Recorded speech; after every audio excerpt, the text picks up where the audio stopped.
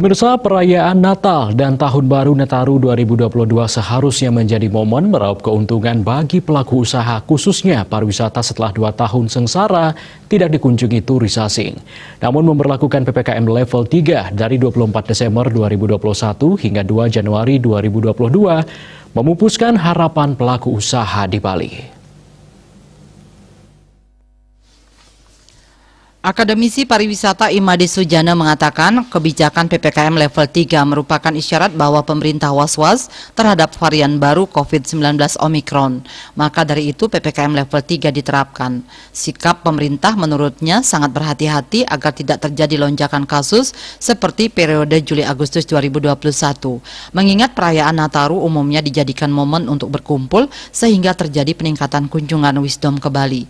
Dari data kedatangan Wisdom per hari mencapai kisaran 10.000 kedatangan domestik.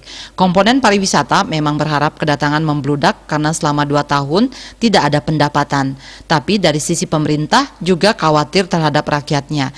Jangan sampai ketika diberi kelonggaran terjadi ledakan kasus, apalagi OTG. Sujana juga menilai harapan antara kesehatan dan ekonomi dapat berjalan beriringan nampaknya tak bisa dilaksanakan saat ini. Sementara praktisi pariwisata Panudiana Kun mengatakan, tidak dipungkiri kunjungan Wisdom pada Nataru bisa meningkat, bahkan 10.000 per hari, karena memang periode ini musim liburan bagi orang Indonesia. Namun dengan PPKM level 3 menjadi tantangan bagi pelancong maupun pelaku usaha di Bali karena akan ada pembatasan-pembatasan.